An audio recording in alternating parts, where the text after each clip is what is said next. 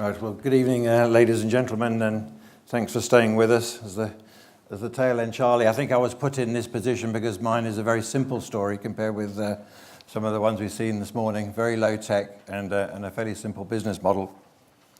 I'm the CEO, been with the company since 2014. We also have Chris Sangster, who's our technical director, who's been with us for a lot longer than that, and we've got Peter Flindell, who's our consulting geologist, who's with us tonight. So if you've got any questions you want to chat afterwards, we'd be more than happy to take your questions.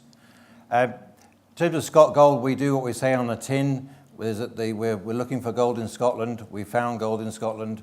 We're going to mine it out of the hill, take the gold out and sell it at a profit. Any questions? We'll skip that one because that's been explained to you. In terms of where we are, we have a preeminent land package across Scotland on what's known as the Dalradian Belt, and that's this block of ground through here, bounded by the Highland Boundary Fault. It's well known sort of elephant territory in terms of gold mining speak. That means there are some very big deposits on it, as in Corrineholt in Northern Ireland, for Dalradian. There's the Glantas deposit, and there are known gold occurrences throughout from Newfoundland in the States across to Scandinavia. So it's a significant major belt which is gold bearing. And in the Scotland side of it, we have the preeminent land package of some 4,000 square kilometres. Within that belt, which we're doing exploration on, we have the Connaught deposit, which is a hill up near Tyndrum, which contains some 175,000 ounces of gold we're going to extract from it. The key thing for us, it's been a long road to get here, and we'll get onto that in a minute. But the key point was the two things to overcome were permitting, because we are operating in a national park. Although we're simple, still mining in a national park is not easy. And secondly is funding. We're a unique size for the gold mining industry, and we're very small but highly profitable. And therefore we don't very easily fit into the conventional model for mining finance institutions. Just in terms of how we are structured, we have the corporate structure is a Topco, which is listed on AIM. It's an Australian domicile company, and below that we have a subsidiary which holds the Connaught project. We also have another subsidiary which holds our Grampian licenses, and we have an interest in Portugal and an interest in France. But the main focus for us is the Connaught, and that's where most of our valuation comes from. But obviously these other ones will provide further projects down the line. That's the blue sky, the upside potential as we go forward. And I think that is exactly what we're looking for. Our prime focus now is to get Connaught up and running, but we're saying we're looking for a sustainable, profitable gold mining industry in low-risk jurisdictions, and that means predominantly Scotland and predominantly with the Grampian project. Just a quick who we are. We've got 43 million shares in issue, 3.7 million options. Share price currently is about 33.5p, which gives us 14 million market cap. And the good news is we now have significant, between a debt facility we've now secured just a couple of weeks ago, and an equity raise, we now have 10.47 million cash available to us. And we'll come on to the moment. That is the critical thing for us, because we are now fully funded to put our project into operation. Just to recap the road we've come on, and some of you who've seen me before, I think I was actually here in February 2016 when we were starting, so I was presenting around about here somewhere. And at that stage, we were still going into the permitting process. We're still re-engineering our project to reduce the capex. And it's come back from 2007, the company foundation, through to 2018, and we have now just achieved our full financing. So this is a phenomenal milestone for us, and there's actually now nothing blocking us bar some legal documentation on the project planning, and then we're away. Going forward, once we have the official go, which will be in the next coming month or two, we then have an approximately 1-year construction schedule. So by summer 2019, we should be producing gold.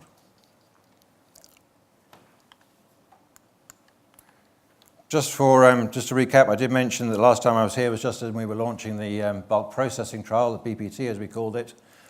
That was very successful in the sense that we produced pure gold from Scotland, which went through the Edinburgh Assay Office, through a refinery at Baird's in London, back to two preeminent jewellers here in Scotland, and has been successfully sold to numerous very happy clients at a significant premium to the current gold price.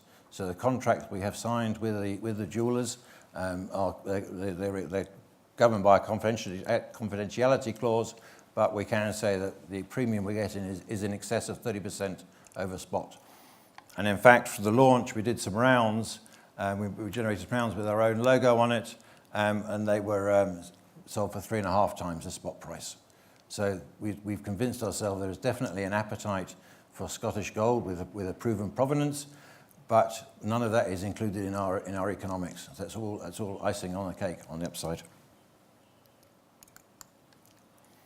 Just a gold market overview. I won't go into this, but this is all in your handout. So anybody that's interested in Scotgold or any sort of gold mining company is well worth reading through and getting a better understanding of what moves the market and where we're sitting at the moment.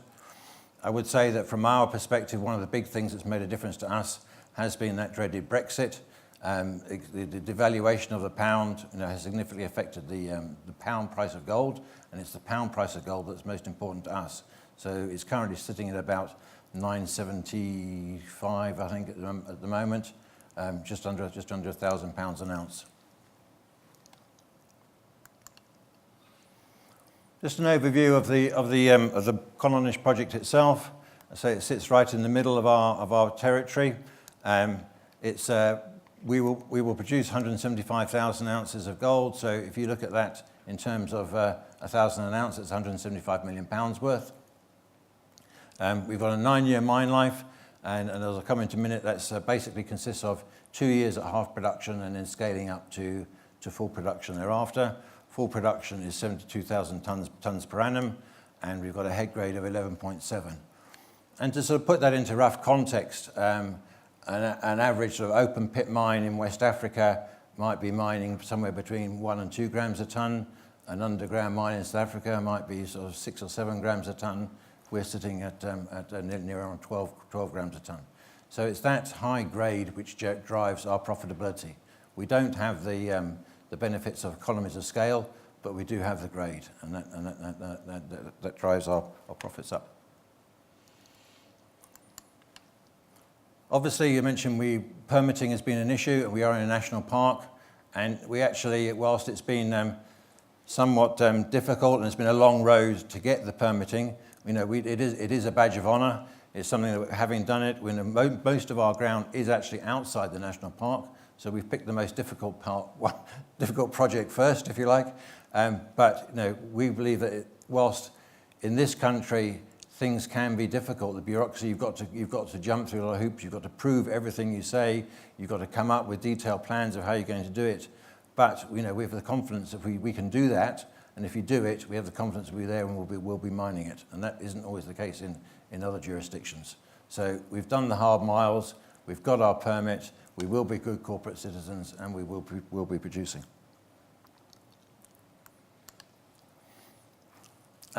Just in terms of going back to the geology again, as I say, this is the Dalradian belt.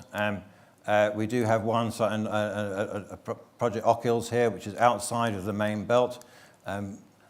Gold doesn't always occur for the same reason, so there's some other factors at play which have generated the gold anomalies that we've got there, and that's just a case of saying, well, we might have more Conishes in this because we've got one here. We might have something totally different over here. So we know there is gold there because we've seen some anomalies, but all that will need following up, more work.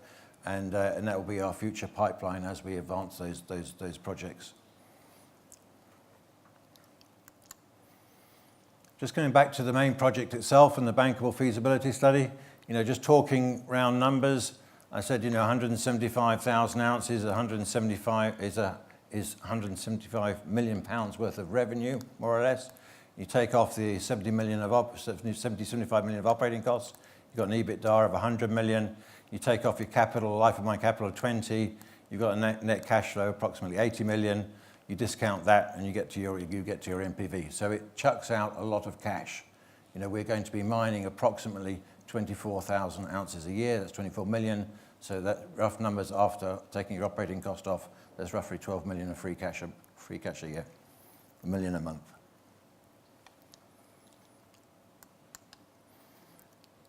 In terms of the project itself, what was key was the development of a phased approach. You know, we've been, as I mentioned earlier, because we're unique, achieving the finance has been difficult, and obviously hadn't been introduced to thin cats at that point in time. Because the financing was difficult, we had a choice. Well, whilst the institutions wanted bigger, the alternative was, well, let's try and make the capex smaller and see whether we can get to a sort of position where high net worth, so it's within reach of the high net worths, and that's what we did. So to achieve that, we re-engineered our tailings design, which meant that instead of having a lump sum capital up front of 5 million, we've had a 5 million operating cost over life of mine. And so what we do now is we start off at half scale here, and we're producing gold. The variation from year to year is due to the grade of the ground we're going through, so that's all modelled. We start at half scale. We then, once we've got into free cash position, we then scale up through internally generated funds to full scale, and we're off to the races. Looking at that, what that looks like over the sort of life of mine, this is the capex which goes in for the phase one. We're then generating cash through this period here and repaying the loans, and then we start investing in phase two, and then that's where the production breaks up. And this just gives us a breakdown of how the costs are distributed. But this is the key numbers here, with a capital cost. If you take the total capital divided by the ounces, it's just over 100, nearly 110 pounds an ounce. And you take the operating costs, which are 370 pounds an ounce, gives you a total round number of £480 per ounce that we're selling. So you can take that off the sale price, and that's what we're profiting from. Coming back to the phased approach again, as part of the funding package I announced we received 9 million in total, a facility of 5 million debt plus 4 million of equity. If one takes the project cash flow and you insert the debt, that pushes our position up here. We will then this cash flow is at the project subsidiary level, so there'll be funding coming in from Topco to fill that gap of 2.6 out of the cash we've got on hand. We then build the cash up. We then repay the debt. We then go through a period where we're accumulating cash, and then we start and building phase two, and then the cash flow goes on from there. So that's what the ultimate cash flow looks like, and you're up to some 60 million pounds.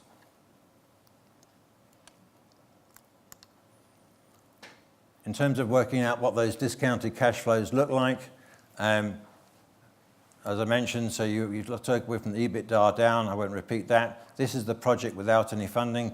Needs 7.4 million. By the time you put the 5 million debt in, you're down to 2.6 million. And interestingly, the NPV actually goes from 35 to 36. You'd think introducing debt would actually reduce your NPV, but it actually picks it up because the debt is at 9% and we're discounting the NPV at 10%. So if you're borrowing at a lower rate than you're discounting, you end actually end up improving your NPV. So we've got a very robust project which is now fully funded, and it's just a case of making it all happen. Okay. This just illustrates some of the sensitivities, and I think when you go through the handout, you can obviously take your time to look at these.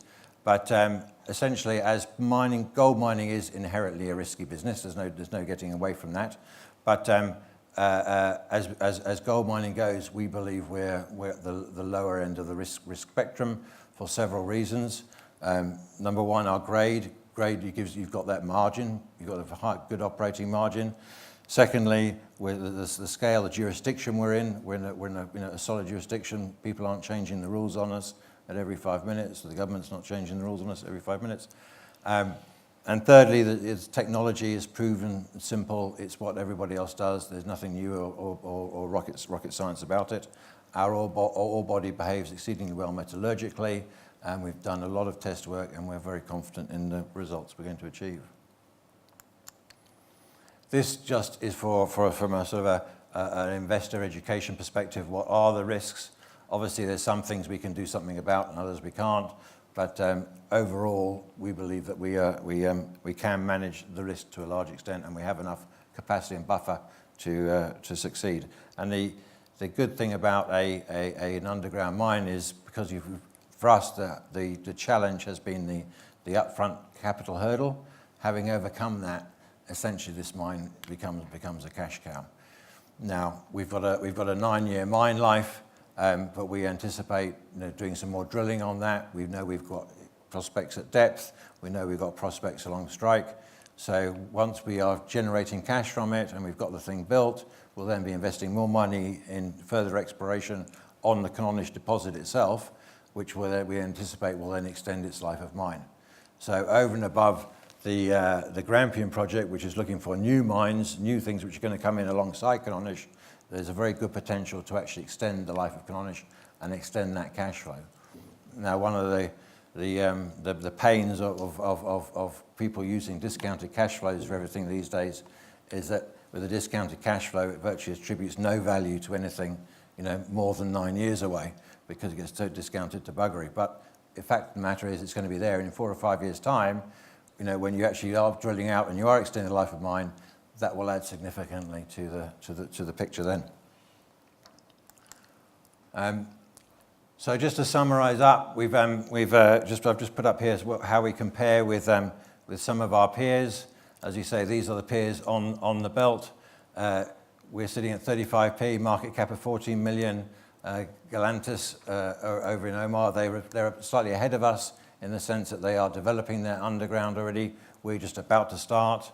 But if you look at our projects are comparable in terms of MPVs, but we've got the bigger market cap. Dalradian have a significant market cap. They've been very successful in raising a lot of money on the Canadian market, but they have a very big project, but they're still quite a bit behind us in terms of their timeline, because they've still got 2 or 3 years of planning process to go through. So in terms of having a gold mining operation in the UK, which is up and running profitably, we think we're going to be overtaking Galantis, and we'll be well ahead of Dalradian, albeit on a slightly smaller scale. I think I'll call it quits there. There is some more stuff in the annexes in the handout, and as I say, we'll be available at the reception if anybody's got any questions. So I'll get short and sweet and get to the beer.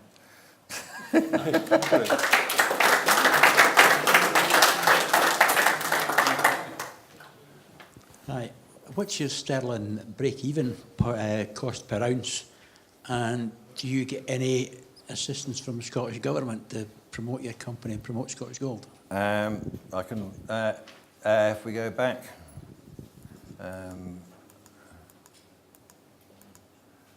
these are the key numbers here. If you take, this is our costs effectively. If you're operating, if you're not of 108, that's just capital spread over. If you assume that it's sunk, then effectively you're looking at this number here, which is £373 per ounce, compared with the current gold price of $975. So if we're mining at less than that, then we're making an operating loss. If we're mining if the gold price is more than that, we're making an operating profit.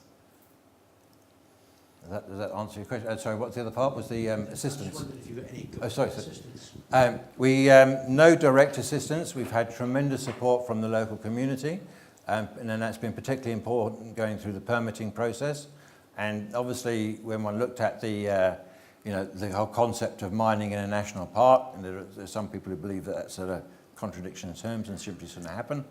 The parks have taken the view that a national park is not just the hills, it's also the people who live in the park, and therefore their duties to them, and the fact that they have been so supportive of us has been pivotal in us getting our permits through. In terms of the government itself, and that is reflected through in all the political meetings we've had, everyone has been very supportive. There has been very little direct assistance they've been able to give us other than moral support. The only direct assistance we're applying for is a European-wide grant system called the Regional Selective Assistance Scheme, whereby you can apply for grants for jobs created. And that application is currently in process. If that comes through, that will generate about approximately £10,000 per job we create. We'll be creating 36 jobs through phase 1, going up to 63 in phase 2. Do you lose that after 2019? Don't believe so. No. Don't believe so. Next question. Behind you is there. Hello, hi. Hi. I just wondered, the market premium for Scottish gold. Yes. I mean, you mentioned, jewellers in Scotland, probably Langs or something like that. Yep. But regardless, what value do you think is attached to the sentimental issue of coming from Scotland? I mean, what's your gut feel about that? Can you literally sell all the gold you've got to that premium market, or is it basically a novelty because it's the first gold coming out of the hills, as it were? Well, I mean, the first ore that came out was taken as fast as we could produce it. We can only 25% of the gold that we produce is in a form which can be called Scottish, because the other 75 comes out as concentrate, which will get shipped abroad and treated. Therefore, that sort of the Scottishness of that is lost, if you like. So what you're looking at pumping into the Scottish jewellery market is 25% of our production. To date, it is a big unknown. I mean, and I think it's a case of the market will be as big as it is created. I mean, you need to go out there and convince people that, if you really love somebody, you're going to give them a gold ring made out of Scottish gold and not just any old gold. You'll not be a cheapskate. And so to date, that's been very successful. Both jewellers, that's Hamilton Inches and Sheila Fleet, are taking everything they get, and there's competition between them to take as much as we can produce. Going forward, once we get into full production, we don't expect that they'll be able to take everything straight away. So our strategy will be that what they don't take will go in the boiling pot with all the other gold. So its Scottishness will be lost.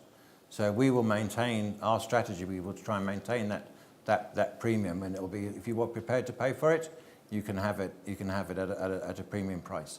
And it's not all pure profit. There are extra costs, because to keep it Scottish, it has to be refined in a batch. It can't be mixed with anybody else's gold. It has to go through an audited process. So the assay office have to go down and audit the refinery. They have to audit the jewellers and so forth. So it's a very carefully controlled system. Once the piece of jewellery has been made, 10 years or more later, how would you know that it's Scottish gold rather than some other gold? Is it in the... Because what happens is the gold from us, it goes to the assay office, so they know how much gold we produce.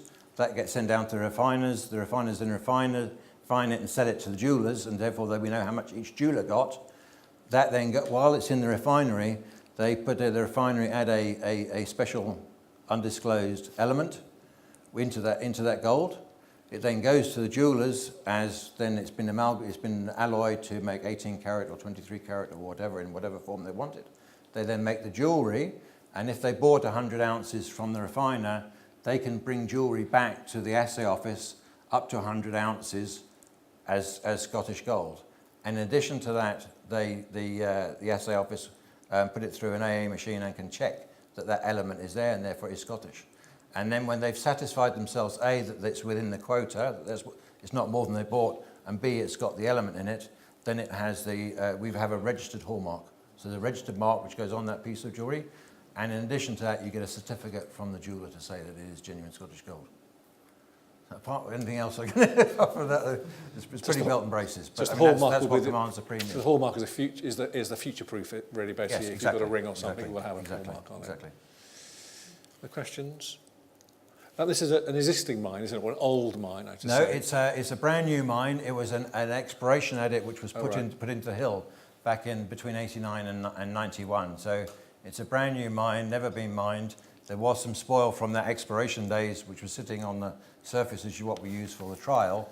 But no, it's a brand new mine. We're now in the process of ordering the equipment, getting the people recruited, and we've got a 12-month schedule once we get the official go-ahead to start producing the gold. How deep will you have to go? You say it's an underground mine. It's underground, but essentially it's in a hill. So we're going into the side of the hill, and we go up 160 metres basically to the top of the hill, and then we go down 80 metres. But that's still sort of not still above the valley floor, if you like. So you haven't got big shafts? You haven't got great big drafts? No big shafts, no. 2 questions. And how would one invest in Scotgold if the ultimate holding company is an Australian company? Well, although we are domiciled in Australia, we're listed on AIM. So we used to have an AIM and an ASX listing. We've dropped the ASX listing because all our shareholders are here in the UK. Most of our investment and management, everything is in the UK. So the Australian domicile, in terms of the Company Act, we have to abide by Australian law. But in terms of practicality, we're a UK company. So you trade on AIM, and we're listed under the symbol SGZ. You get free gold as a part of your shareholding? Well, Shareholders there's no such thing as free gold, but apart from in metallurgical terms. But yeah, interesting. Final question. I don't know that geography very well, but I'm interested in the jobs that you're creating. So what would be the nearest town or wherever to where you're mining? Our catchment area will be sort of... the immediate community is Tyndrum and Korean Larrick. And then if you go out a further circle from that encompasses Dumali, Killin, places like that. And then a further radius beyond that would be the likes of Lochern Head, Comrie, and that sort of circuit. So we're anticipating that we will import probably about half a dozen or so of the senior guys will all be experienced mining people, and they may come from far and wide. And then the sort of the middle ranks will try and build up, but the operator types, operating a piece of mining equipment is a bit. All equipment these days is sort of joystick controlled. So if you're taking one in your forestry department and you're doing one of these things which chops down trees and strips the branches and twirls it like a drumstick and sticks on a pile, if you can do that, you can retrain on a piece of mining equipment. So there's good servicing in Stirling for the type of equipment we're using. There's mechanics available. It's just a case of, yes, we are a small community, but we're trying to make it as local as possible. Thank you, Richard. Thank you very much. Thank you. Thank you.